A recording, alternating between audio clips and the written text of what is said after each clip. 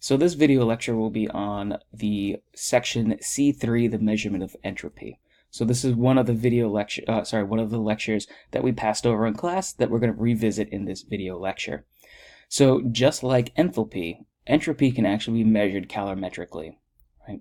And for us, we're actually going to need to take into consideration two different equations. The first, which we see here, is going to be describing the entropy change of the system, or if you were looking, your system is going to be the compound of interest. When it's been staying in a single phase. So imagine looking at the entropy change of heating water, say from 5 degrees Celsius to 95 degrees Celsius at 1 bar of pressure. So in that temperature range, the water would remain liquid. So if we break down what the variables mean, we can see the entropy change at our final temperature is just equal to the entropy change, the entropy at the final temperature equals the entropy of the compound at the initial temperature plus the heat capacity constant pressure, because most experiments are run at constant pressure in the laboratory, and then it's just integrated over the temperature change from T1 to T2. Right? If you're looking for the derivation for this equation, it's already posted on EC Learn. It's in focus 3b, and it's the entropy change of heating. We also know that if you heat a compound enough, you actually will undergo phase transitions, and we know that there are two phase transitions, one involving melting/freezing, and the other dealing with condensation/vaporization. In that case, we will need a different equation, because when you undergo a phase transition, there's no change in temperature. In this case, the entropy of a phase transition is going to be equal to the enthalpy of the phase transition divided by the temperature at which the transition occurs at. As always, the temperature should be in absolute temperature, so you don't have to deal with negative numbers. Right? If you want the derivation for this particular equation, this is also on EC Learn, and it's in the file 3b entropy changes of phase transition. So how do we go about calorimetrically determining the measurement of entropy? So it's very similar to the idea of measuring the entropy change, the enthalpy change of a reaction, right? Just like with enthalpy, well, we're kind of confined to looking at only 3 of the 4 phases of matter, right? We can basically go from a crystal at absolute zero all the way up to turning the compound into a vapor, but just before it turns into a plasma. I don't know. I'm just guessing that it's probably possible to measure the entropy of a plasma, but that is beyond the focus of this course, right? So we're going to focus on solids, liquids, and gases. We will discuss in a later video why it's technically impossible to reach absolute zero. This is due to zero-point energy and quantum fluctuations within the crystal.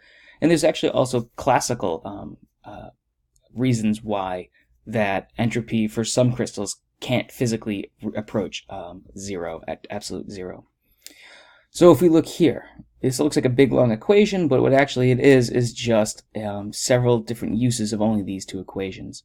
So what we have here is we have the molar entropy of the whatever system we're looking at our final temperature T.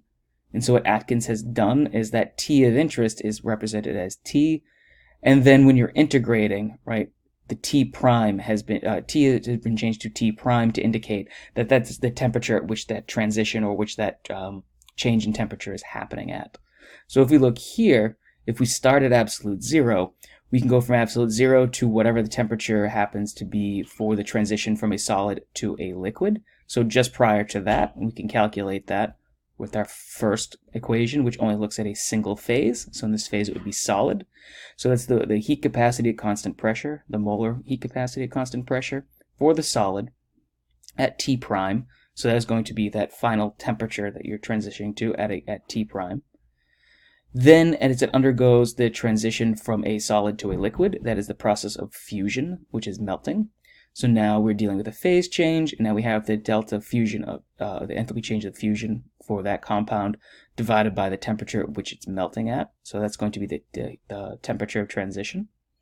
And then we can apply the same thing to both the liquid, and there's the liquid converting to the vapor, and then the vapor being just heated up to the point right before it can turn into a plasma. Usually that's very, very high. So when you see here, our integral goes from the point at which it boiled to the T of interest. And then that's what our T of interest is here. So that concludes what we're talking about in terms of measuring the entropy of a compound as you're heating it, right? We're measuring that calorimetrically.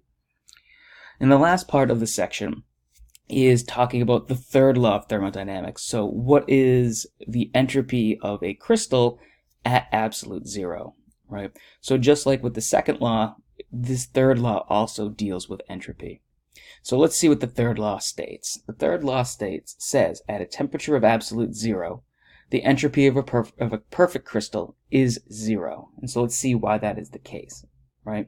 So this is going to be derived from Boltzmann's equation for statistical entropy, where the entropy of the system is equal to the Boltzmann constant times the natural log of the number of microstates W. So there's our Boltzmann constants, there's our number of microstates. So at absolute zero, right, all motion is quenched. So that means the kinetic energy of the crystal has to be equal to zero because nothing is moving, nothing is vibrating, right? This includes the atoms. They're organized in a perfect crystal. So there's a perfect arrangement of atoms. And at this temperature, the motion and fluctuations of everything has stopped, right? So this means the cessation of motion, which includes quantum fluctuations, and the motion of electrons and subatomic particles. We know electrons aren't moving in the atom. They're a standing wave around the atom. And the same thing with subatomic particles. That's why I put motion in quotes. But there is still an energy associated with them.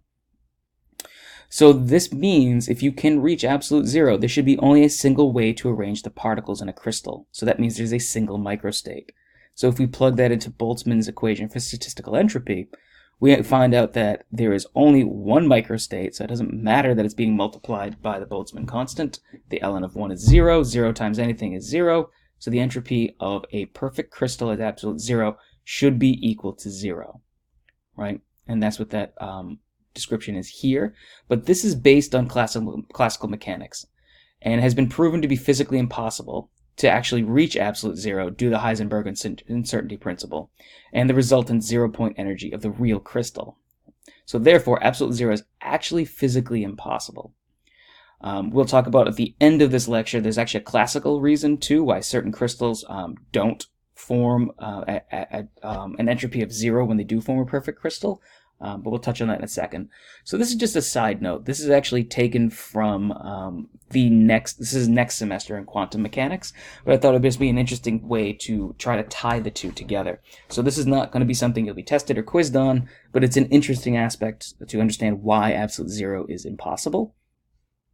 So one version of the Heisenberg uncertainty principle states that the uncertainty delta p of the momentum of a particle multiplied by the uncertainty of the position of the particle, so delta x, has to be greater than or equal to 1 over h bar, right? So there's our delta p, that's the uncertainty of the particle's momentum. There's our delta x, that's the uncertainty of the particle's position. The product of that has to be greater than or equal to h bar, which is Planck's constant divided by 2 pi. So that's going to be a positive number, right?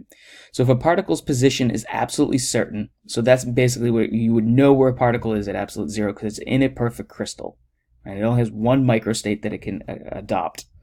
Then the uncertainty of the momentum of the particle by the Heisenberg uncertainty principle has to be greater than half h bar.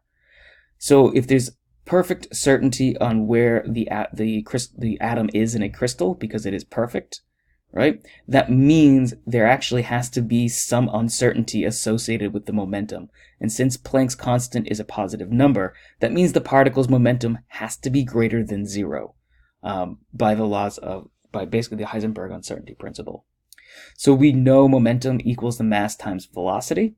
The mass of the particle is not going to change. So that means the velocity of the particle must be changing, or at least be a positive number, so that delta p is greater than 1/2 h bar. And so we know that v is related to kinetic energy. So if the momentum is not zero, the velocity is not zero, the kinetic energy is not zero. Therefore, there is going to be some movement and there's going to be some fluctuations, even in a crystal at absolute zero. And that's what I say here. So the particle's kinetic energy cannot be zero, and zero entropy of a crystal is physically impossible. And these fluctuations are actually what's called the 0-point energy of the system, where there actually is, it's the bottom energy, and it's still going to be positive. So it's literally the At absolute zero, there's still some energy in the system, and so therefore it's actually impossible to get to absolute zero. And what I have here is more of a classical description. So this is actually from the Atkins book, and I do want you to be familiar with this description of what happens to a crystal at absolute zero. So some crystals show no preferential arrangement for when they form this theoretical perfect crystal. So what we have here is if there's no energetic difference between arranging a crystal AB, AB, AB, AB, AB, AB, AB, right? So if we have a molecule AB, that means the molecule could technically be flipped around to be BA, BA, BA, BA, BA, BA, and be the same energetic arrangement inside the crystal. So if they're both the same energy, or there's no difference in energy in how it's arranged, there's going to be an inherent randomness to that crystal because there's no driving force to arrange it in a certain configuration. So beyond the real effects of zero-point energy, there's going to be something called residual entropy of the crystal. This is because of the inherent randomness of the way the crystal is organized, so it can never attain entropy of zero at absolute zero, right? So Atkins gives us the example of ice, and ice has been calculated to have residual entropy, and there's a reason for that, right? So in the crystal lattice of water, which you see down here, the oxygen of the water molecule is covalently bonded to two hydrogens, and it also has two lone pairs that are going to form hydrogen bonds. So those lone pairs are forming long hydrogen bonds with the next door neighbor of another oxygen atom or another water molecule, and it will have a short hydrogen bond where it's covalently bonded to its own hydrogen, but that hydrogen is also starting to form a hydrogen bond with a neighboring water molecule. Right? So despite the ordered figure above, so you see the hexagonal shape of the crystal of water, there's going to be an inherent degree of randomness to how the particles, how any particular oxygen is going to arrange these short and long hydrogen bonds with its neighbor.